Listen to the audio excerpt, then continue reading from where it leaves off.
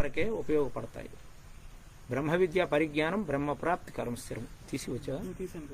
బ్రహ్మ విద్య అన్నటువంటిది స్థిరమైనటువంటిది. అన్ని విద్యలన్నీ కూడా ఈ ఉపాధి ఉన్నంత వరకే ఉపయోగపడతాయని చెప్పి మనకు ఉపనిషత్తుల్లో మహర్షులు చెప్పారు. అయితే మానవుడు ఏమనుకుంటాడంటే తెలివి తెలుసుకోవడానికి ప్రయత్నం చేస్తూ తెలివి రెండు విధాలుగా ఉంటుంది. తెలివి యుకింత లేని ఎడ తృప్తుడనై కరిభంగి సర్వమును తెలిసితనంచు గర్వితమిదిని విహరించితి తొల్లి. ఇప్పుడు ఉజ్వలమతులైన పండితులు సన్నిధి నించుక బోధశాలినై తెలియని వాడనై మెలంగితిని గతమయ్యని తాంత గర్వము అని భక్తులహరి చెప్తారు. మానవుడికి తెలివి కించెత్తు కూడా లేనప్పుడు నాకంతా తెలుసును అని అనుకుంటాడట. అనుకుంటూ కరిభంగి సర్వము మధించినటువంటి ఏనుగు వలె తిరుగుతూ ఉంటాడట. ఇప్పుడు ఉజ్వలమతులైన పండితులు సన్నిధి నించుక బోధశాలినై తెలియని వాడనై మలంగితిని గతమయ్యని తాంత గర్వము. మహాత్ముల దగ్గరికి వెళ్ళి వాళ్ళ దగ్గర చేరి వాళ్ళ దగ్గర విన్న తర్వాత అయ్యో నాకేమీ తెలవదని చెప్పేసి అనుకుంటాడు. అంటే ఇప్పుడు తెలివి ప్రారంభమవుతుంది. తెలుసును అనుకున్నంత వరకు ఏమీ తెలవకుండా పోయింది. ఇప్పుడు నేను తెలుసుకుంటున్న మహాత్ముల సాన్నిధ్యంలోకి వెళ్ళాను అనుకునేటప్పుడు తెలివి ప్రారంభమైంది. ఇక్కడ నుండి తెలివిని తెలుసుకోవడానికి ప్రయత్నం చేస్తున్నాను. అంటే తెలియజేసే తెలివి ఒకటి, తెలుసుకునే తెలివి రెండోది ఉంది. తెలియజేసే తెలివి ఈశ్వరుడు, తెలుసుకునే తెలివి జీవుడు. అంటే తెలియజేసే తెలివిలో మార్పు లేదు, తెలుసుకునే తెలివిలో అనేకమైనటువంటి మార్పులు ఉంటాయి. కాబట్టి తెలివి రెండు విధాలుగా ఉంటుంది. ఒకటి జీవుడికి ఉన్నటువంటి తెలివి, ఈశ్వరుడికి ఉన్నటువంటిది సర్వజ్ఞత్వము, జీవుడికి ఉన్నటువంటిది కించజ్ఞత్వం. ఇది ఎప్పుడు జరుగుతుంది? ఈ తెలివి అన్నటువంటిది మనలో ఎప్పుడు వస్తుంది? జాగృత స్వప్న సుషుప్తి అవస్థల్లో ఉన్నటువంటి జీవుడిని తురియ స్థానంలోనికి ఎప్పుడైతే తీసుకువెళ్ళి, తురియం పంచకోశ విలక్షణుడు పరమాత్మ, పంచకోశములతో కూడుకున్నవాడు జీవాత్మ. అందుకు తురియంలోనికి వెళ్ళే సాధనయే యోగ విద్య, బ్రహ్మ విద్య అని మన ఆర్యులు మనకు చెప్పారు. ఆ తురియం అన్నటువంటిది పంచకోశములు విలక్షణంగా ఉండాలనంటే మనలో ఉన్నటువంటి అధోముఖంగా ఉన్నటువంటి జీవుడిని ఊర్ధముఖంగా తిప్పి అభ్యాసం చేయమని మన ఆర్యులు మనకు చెప్పారు.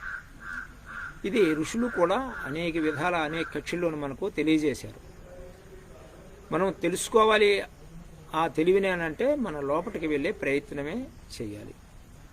నానావిధ విచారయిస్తున్న అసాధ్యం జాయితే మనః తస్మాత్ తస్య జయోపాయం ప్రాణ యావహిన అన్యద తర్కై జల్పై శాస్త్రజాలై యుక్తి మంత్రం భాష్యజయం నవసో జాయితే ప్రాణం సిద్ధోపాయం వినావిదే ఉపాయం తమ విజ్ఞేయం యోగ మార్గేన ప్రవర్తతే అని త్రిశిఖ బ్రాహ్మణోపనిషత్తులో చెప్తారు. భగవంతుడు తెలుసుకోవడానికి కొరకు ఈ తెలివిని అనేక విధాల ప్రయత్నం చేస్తారు మానవుడు. ఎన్ని విధాలుగా ప్రయత్నం చేసినప్పటికీ కూడా, నానావిధ విచారిస్తూ ఎన్ని విధాలుగా ప్రయత్నం చేసినప్పటికీ కూడా నవసో జాయితే ప్రాణం, ప్రాణం స్వాధీనం కాదు. ప్రాణం స్వాధీనం కాకపోతే మనస్సు స్వాధీనం కాదు, మనస్సు స్వాధీనం కాకపోతే ఇంద్రియాలు స్వాధీనం కాదు. అందుకు ఒకదానికి ఒకటి లింకు చేత ముందు ప్రాణం స్వాధీనం అయినప్పుడు మనస్సు స్వాధీనం అవుతుంది, మనస్సు స్వాధీనం అయినప్పుడు ఇంద్రియాలు స్వాధీనం అవుతాయి. ఇంద్రియాలు స్వాధీనం కావాలంటే మనస్సు స్వాధీనం కావాలి. అదే ప్రశ్ననే అర్జునుడు 6వ అధ్యాయంలో సంచలమిహ మనః కృష్ణ ప్రమాదీన బలవద్రుడం తస్యాహం నిగ్రహం అన్య వాయురివ సుదుష్కరం. కృష్ణ మిగుల చంచలమైనటువంటిది మనస్సు, ప్రమాదకరమైనటువంటిది, దృఢమైనటువంటిది, బలమైనటువంటిది, అవసరం లేనటువంటి విషయాల్లో కూడా ముంచెత్తుతుంటుంది. ఏది మనకు అవసరం లేదో దాని మీదనే ఈ మనస్సు వెళ్తుంటుంది. అవసరం ఏదో తెలుసుకొని దాన్ని ఆచరించడానికి ప్రయత్నం చేసేటప్పుడు శ్రేయోని బహువిఘ్నం అన్నట్టు కఠోపనిషత్తులో అనేక విఘ్నాలు వచ్చి ఆ శ్రేయస్సును పొందడానికి ప్రయత్నం చేయడంలో విఫలులైపోతుంటారు. అందుచేత ఈ సంచలమైనటువంటి మనస్సుని మనము కంట్రోల్ చేయాలని అంటే ఎన్ని విధాలుగా విచారణ చేసినప్పటికీ కూడా నవసోజాయితే ప్రాణం తర్కై జల్పై శాస్త్రజాల యుక్తి మంత్రం భాషజయము నవసోజాయితే ప్రాణం. తర్కం చేస్తారు, అనేక విధమైనటువంటి ఆలోచన సరళిలో విచారణ చేస్తుంటారు, మంత్రాలు జపిస్తూ ఉంటారు, అభిని గంజాయి మత్తు పదార్థాలు సేవిస్తుంటారు, శాస్త్రాలు అనేకంగా చదువుకుంటూ ఉంటారు, యుక్తి అనేకమైనటువంటి ఉపాయాల ద్వారా మనస్సుని అంతర్ముఖం చేసుకోవడానికి ప్రయత్నం చేస్తూ ఉంటారు. వీటి వల్ల ఏటి వల్ల కూడా నవసో జాయితే ప్రాణం, ప్రాణం స్వాధీనం కాదు. ప్రాణం స్వాధీనం కాకపోతే మనస్సు స్వాధీనం కాదు. అయితే ఉపాయం తమ విజ్ఞేయం అని ప్రశ్నిస్తారని మరలా వాటినన్నిటినీ ఖండిస్తూ వాటి వల్ల కాదని చెప్తూ ఉపాయం ఏమిటి అని మళ్ళీ ప్రశ్నిస్తారని తమ విజ్ఞేయం యోగ మార్గేణ ప్రవర్తతే. సిద్ధోపాయం అంటే సిద్ధులు చెప్పినటువంటి మార్గం అయి ఉండాలి, యోగ మార్గం అయి ఉండాలని చెప్పి మనకు త్రిశిఖ బ్రాహ్మణోపనిషత్తులో మహర్షులు చెప్తారు. యోగము అంటే మనం ఎప్పుడు కూడా ప్రతి ఒక్కరు కూడా చెప్పుకుంటుంటాం కలయిక అని. ఎవరు కలయిక అంటే జీవబ్రహ్మములను ఐక్యము చేసే విద్యకి యోగము. ప్రాణాపానయోరైక్యం స్వరజో రథసోస్తదా సూర్యచంద్ర మసోర్యోగో జీవాత్మ పరమాత్మనో యావహి ద్వంద్వజాలస్య సంయోగో యోగ ఉచితే. ఏదైతే ప్రాణమపానం కలియుకో, ఏదైతే రజోరథస్సులు కలియుకో, ఏదైతే సూర్యచంద్రుల ఐక్యమో, ఏదైతే జీవబ్రహ్మముల ఐక్యమో, ఈ రెండు ఏవి ద్వంద్వంగా ఉన్నాయో ఆ రెండింటినే సంయోగం అంటే కలపటమే యోగం అని చెప్పి మనకు ఉపనిషత్తుల్లోనూ మహర్షులు చెప్పారు. ఈ యోగాన్ని మన మహర్షులు గొప్పోళ్ళందరూ కూడా ఆచరించుకు వచ్చారు. వచ్చి వాళ్ళ అనుభవాన్ని కూడా మనకు తెలియచేశారు. 4వ అధ్యాయంలో కూడా కృష్ణుడు అర్జునుడికి చెప్తాడు, ఈ అర్జున, ఈ యోగము సృష్టి ఆది నుండి కూడా ఉంది. ఈ యోగాన్ని నేను సృష్టి ఆదిలో సూర్యభగవానుడికి బోధించాను, సూర్యుడు మనువుకు బోధించాడు, మనువు యక్ష్వాకుడు బోధించాడు. యావం పరంపరా ప్రాప్తం, పరంపరంగా వస్తుంది యోగము. సకాలేన నష్టో, సకాలంలో ఇది మరుగున పడిపోయింది, చెప్పేవాళ్ళు లేరు, కావాలని అర్థించేవాళ్ళు లేక మరుగున పడిపోయిందని కృష్ణ పరమాత్మ 4వ అధ్యాయంలో చెప్తారు. ఇప్పుడు అడుగుతున్నా కాబట్టి అదే యోగాన్ని నేను చెప్తున్నానని చెప్పి చెప్తాడు కృష్ణుడు 4వ అధ్యాయంలో. చేత యోగము ఉండాలి అని అందరం అంటాం, కానీ ఆ యోగం అన్నటువంటిది చెయ్యటం అన్న దాంట్లో అందరం కూడా విఫలం అయిపోతున్నాం. పరీక్షిత్ మహారాజు వెళ్ళేటప్పుడు శమీక మహర్షి కూర్చొని చేస్తున్నాడు యోగము. అదే అందరికీ కావలసినటువంటి మార్గం. పరీక్షితుడు వెళతాడు, ఎండి తడిలేని కుత్తుగా నిలుగుడింద మంద భాషలన్నిట్లను మనుజ విభుడు. ఆయన పర్ణశాలలో ధ్యానంలో కూర్చుంటే ఆయన నెమ్మదిగా మాట్లాడుతూ తోయములు తెమ్ము మాకి తోయము జలక్రియ దాహము తోయము వారను లేరు దుస్సహమాయ అని చెప్పి అడుగుతాడు. ఈ అడవిలో వేటాడుకుంటూ వచ్చాను, మంచినీళ్ళు ఇచ్చేవాళ్ళు లేరు, కాస్త కొంచెం మంచినీళ్ళు ఇవ్వండి అని చెప్పి అడుగుతాడు. అడిగితే ఆయన పరిస్థితి ఎట్లా ఉంది? ఆయన సమాధి స్థాయిలో ఉన్నారు. ఎలా ఉన్నాడు? మెలగుట్ట చాలించి మీలిత నేత్రుడై శాంతుడై కూర్చుండి జడతలేక ప్రాణ మనోబుద్ధి పంచేంద్రియంబులు బహిరంగ వీధుల్లో వారనేక జాగరణాధిక స్థాన శ్రైము దాటి పరమమయ్యుండడి పదము తెలిసి. ఏ విధమైనటువంటి చలనం లేదు. మీలిత నేత్రుడు అంటే 2 నేత్రాలకి కూడా 3వ నేత్రంలో పెట్టి తాను తన నిజ స్వరూపాన్ని చూసుకుంటున్నాడు. స్వస్వరూపానుసంధానం అంటారు శంకరాచార్యులు వారు. మోక్షానికి కావలసిన సామర్థ్యంలో భక్తి ప్రప్రథమ స్థానం వహిస్తుంది. భక్తి మోక్షకారణ సామగ్ర్యం భక్తిరేవ గరీసి స్వస్వరూపానుసంధానం భక్తిరిత్యవతీత అంటారు. స్వరూపానుసంధానం చేయడమే భక్తి. అందుచేత ఈ భక్తి అన్నటువంటిది బహిర్ముఖంగా ఉన్నంత కాలము అన్వేషణలో ఉంటాడు. అంతర్ముఖంగా వచ్చేటప్పుడు తాను తెలుసుకోవడానికి ప్రయత్నం చేస్తాడు. అట్టి స్థితిలో ఇక్కడ శమీక మహర్షి ఉన్నాడు. పరీక్షితుడు నీళ్లు అడిగేసరికి ఏ విధమైన చలనం లేదు. మీలిత నేత్రుడు అంటే 2 నేత్రాలు 3వ నేత్రంలో వచ్చినటువంటి వెలుగు తాను చూసుకుంటున్నాడు. శాంతంగా కూర్చున్నాడు. ప్రాణ మనోబుద్ధి, ప్రాణాన్ని మనస్సుని బుద్ధిని బహిరంగ వీధులంటే చూడటం కానీ వినటం కానీ ఇదేది లేకుండా బహిర్ముఖంగా రాకుండా అంతర్ముఖులయ్యి తాను చూసుకుంటూ తన స్వరూపంలో తాను లయమైపోయాడు. అంటే తనకంటే అన్యంగా ఇంకొకటి ఉన్నదనే భావన ఆయనకు లేదు. తనలోనే తను చూసుకుంటూ తన్మయత్వం చెంది సమాధి స్థాయికి వెళ్ళిపోయినారు. ప్రాణ మనోబుద్ధి, ఇక్కడ 3 విషయాల్ని మనం జాగ్రత్తగా అర్థం చేసుకోవాలి. ప్రాణము, మనస్సు, బుద్ధి. ప్రాణాన్ని తీసుకువెళ్ళాడు సాధన ద్వారా, మనస్సును అక్కడే ఉంచాడు, ప్రాణాన్ని కూడా అక్కడే చేర్చాడు, బుద్ధిని కూడా అక్కడే చేర్చాడు. అంటే ప్రాణం అక్కడే ఉంది, మనస్సు అక్కడే ఉంది, బుద్ధి అక్కడే ఉంది. ఇంక దేని గురించి అవలోకనం చేస్తుంది? అవలోకనం చేసేవి బయటికి రాలేదు కాబట్టి తనకు తానుగా స్వస్వరూపానుసంధానం చేస్తూ తనలో తాను తన్మయత్వం చెంది తనలో తాను లయమైపోయింది. బహిరంగ వీధుల బారనేక జాగరణాధిక స్థానస్త్రయము దాటి 3 అవస్థలు దాటిపోయి 4వ అవస్థ అయినటువంటి తురియ స్థానంలోనికి జీవుడు చేరుకుపోయినాడు. అంటే ఇప్పుడు జీవుడు అన్నటువంటి వాడు లేడు, బహిప్రజ్ఞ లేదు. పరమమయ్యుండడి పదము తెలిసి, ఏదైతే పరమాత్మతత్వం ఉందో దాన్ని తెలుసుకొని తనకు తానుగా తన స్వరూపానుసంధానంలో నిమగ్నుడయి బాహ్య ప్రజ్ఞే తనకు లేకుండా పోయింది. దీని గురిండే శాస్త్రాలన్నీ కూడా చెప్తున్నాయి.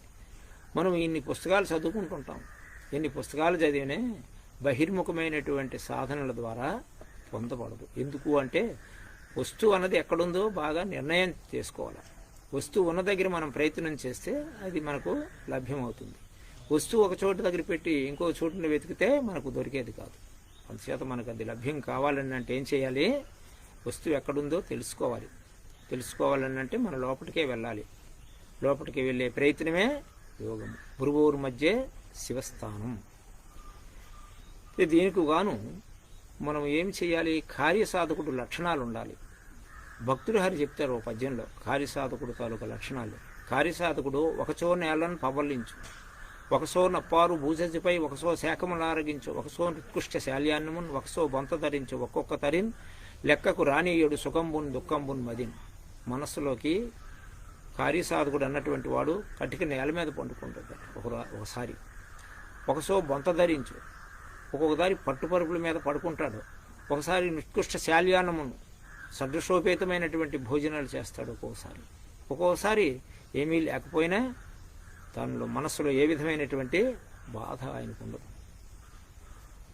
ఒక్కొక్క తరిన్ అంటే ఒక్కొక్క చోటులో తనకు యాదృశికంగా దొరికిన దాంతో తృప్తి పొందే మనస్తత్వం ఉంటుంది కార్యసాధకుడికి.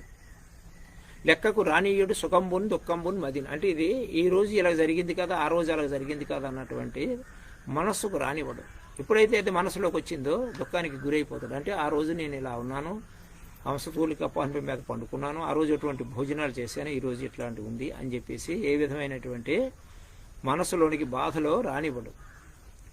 ఆ రానియకుండా ఉండేటప్పుడే తనకు ఉన్నదాంతో యాదృశ్య లాభ సంతృష్టో, యాదృశ్య అంటే తనకు ఉన్నదాంతో తృప్తి పొందటం నేర్చుకుంటాడు. యోగికి అనేకమైనటువంటి విఘ్నాలు ఉంటాయి. శ్రేయోని బహువిఘ్నం అని కఠోపనిషత్తులో కఠమహర్షి చెప్తాడు. శ్రేయస్సు ప్రేయస్సు అని రెండు ఉంటాయి. ప్రాపంచిక సుఖాల కొరకు ప్రయత్నం మానవుడు చేసేటప్పుడు తనకు ఏ విధమైనటువంటి విఘ్నాలు లేకుండా వెళ్తుంటాడు. ఇది పరమాత్మతత్వం కొరకు ప్రయత్నం, శ్రేయస్సు కొరకు ఎప్పుడైతే ప్రయత్నం చేస్తాడో అడుగడుగునా కూడా విఘ్నాలు తటస్థిస్తూనే ఉంటాయి. అందుకు ఈ శ్రేయస్సు అన్నటువంటి దానికి ప్రయత్నం చేసేటప్పుడు విఘ్నాలు తట్టుకుంటూ వెళ్ళాలి ముందుకు.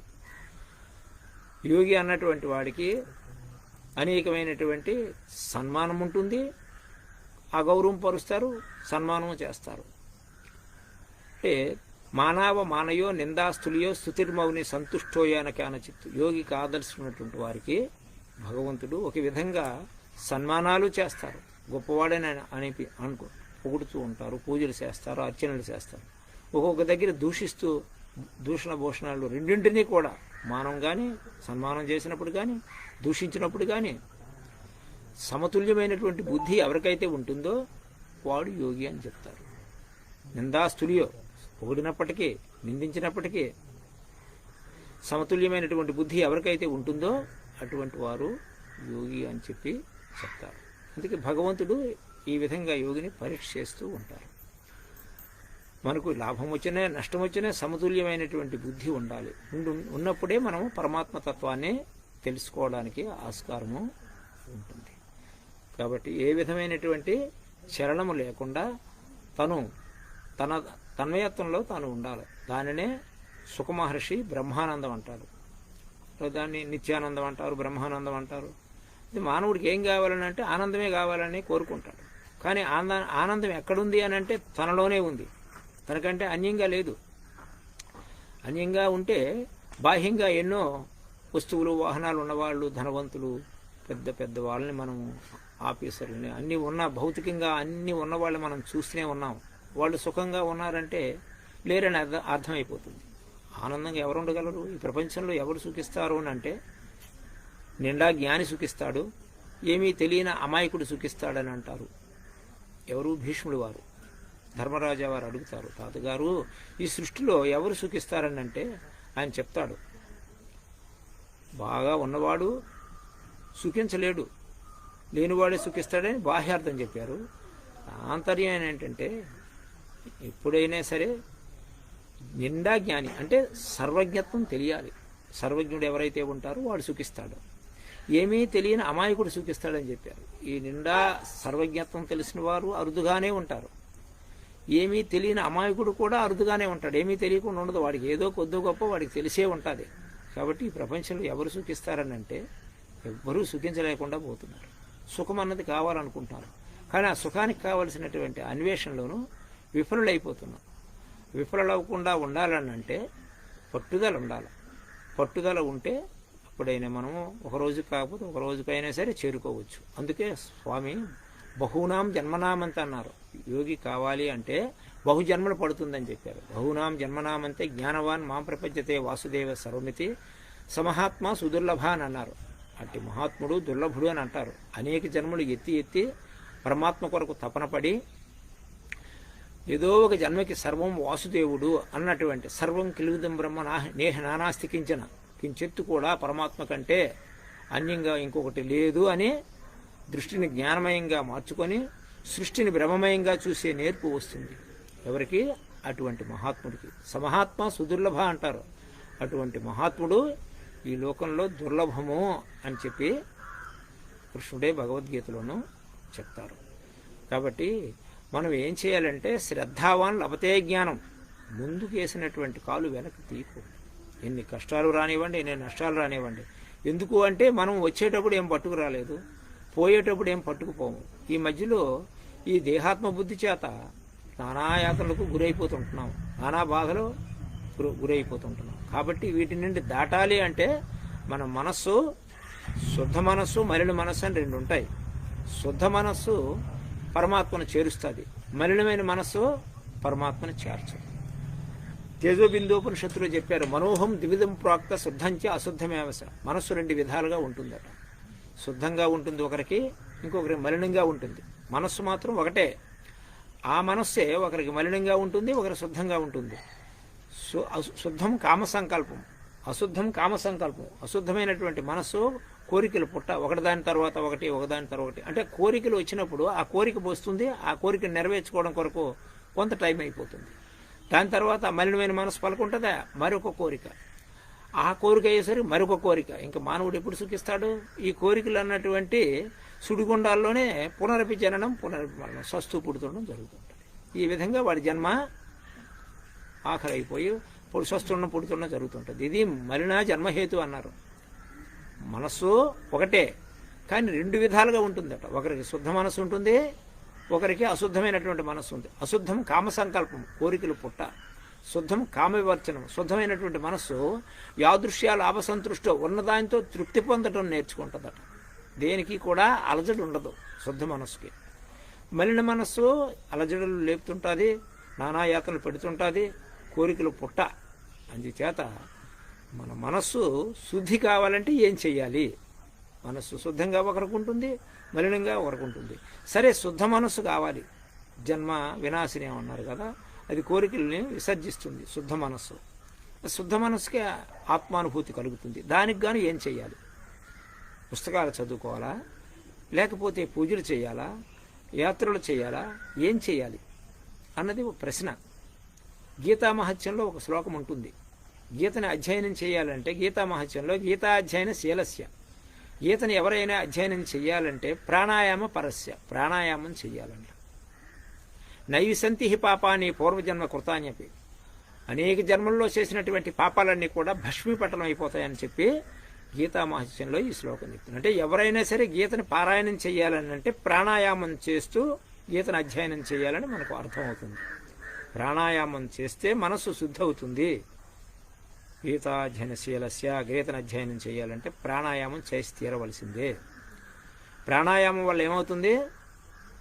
గత జన్మల్లో చేసినటువంటి పాపాలన్నీ కూడా భస్మీపటలం అయిపోతాయి. ఎంత కొండంత కట్టెలు వేసి ఇంత నిప్పు అంటిస్తే ఆ కట్టెలన్నింటినీ కూడా ఆ నిప్పు కనుక భస్మం చేసేస్తుంది.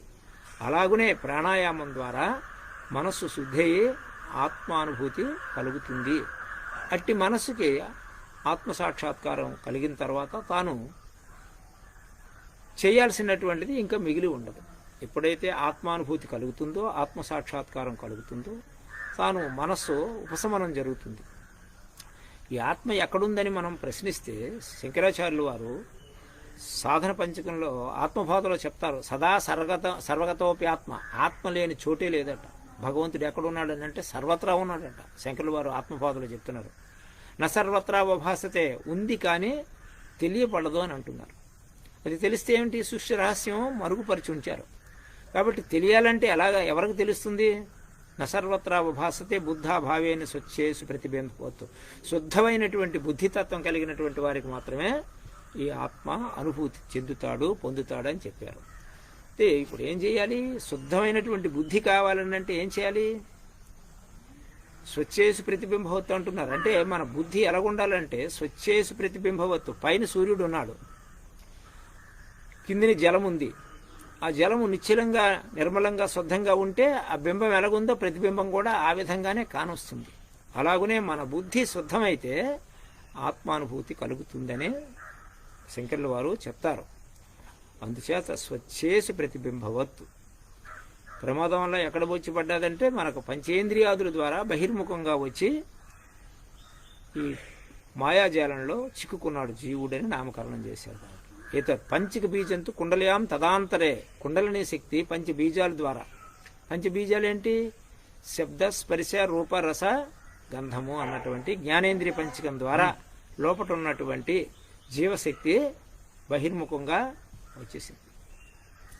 పంచక బీజంతు కుండలియాం తదాంతరే. అంతరంలో ఉన్నటువంటి కుండలిని శక్తి బహిర్ముఖంగా జ్ఞాన పంచకం ద్వారా బహిర్ముఖంగా వచ్చేసింది. ప్రాణం మారుత రూపేణ, ప్రాణము గాలి రూపంలోనూ బహిర్ముఖంగా వచ్చి శ్రవణ దర్శన శ్రవణ ఇది వాసన. వింటున్నాడు, శ్రవణం చేస్తున్నాడు, చూస్తున్నాడు. ఈ విధంగా బహిర్ముఖంగా ప్రపంచాభిముఖుడైపోయి తను తాను తెలుసుకోకుండా మరుగుపడిపోయాడు. మననం చేయడం చేత మనస్సు అంటారు దాన్ని. బోధా అంటే విచారణ చేసి బోధ కలిగి ఉంటే బుద్ధి అన్నారు. సంకల్పిస్తే మనస్సు, చలిస్తే చిత్తము, నిర్ణయిస్తే బుద్ధి, కోపతాపాలు కలిగితే అహంకారం అని చెప్పి మనకు అంతఃకరణ చతుష్టయమని ఉన్నాయి 4. అంటే ఈ పంచ జ్ఞానేంద్రియాదుల ద్వారా అంతఃకరణం చతుష్టయం ద్వారా బహిర్ముఖుడయ్యి ప్రపంచాభిముఖుడై తను తాను తెలుసుకోకుండా పోయాడు, మాయలో ఉండిపోయాడు. అందుచేత ఇప్పుడు ఏం చేయాలి? అంతర్ముఖంగా ప్రయాణం చేయటం నేర్చుకోవాలి. ఎన్ని శాస్త్రాలు చదువుకున్నప్పటికీ కూడా అది తెలియబడదు. తెలియాలి అంటే ఏం చేయాలి? అంతర్ముఖం కావాలి. అంతర్ముఖం కావాలని అంటే యోగేన అంతర్ముఖి బుద్ధి. యోగం ద్వారా ఈ బుద్ధి అంతర్ముఖం అవుతుందని చెప్పి మనకు అనుభవజ్ఞులు చెప్పారు. టైం అయింది. దీనికేం మరి చెప్పనక్కర్లేదు కదా, అర్ధగంట అయింది. అదే చిన్న చిన్న బిట్లే ఇస్తున్నాం, ఎక్కువైతే చూడరు.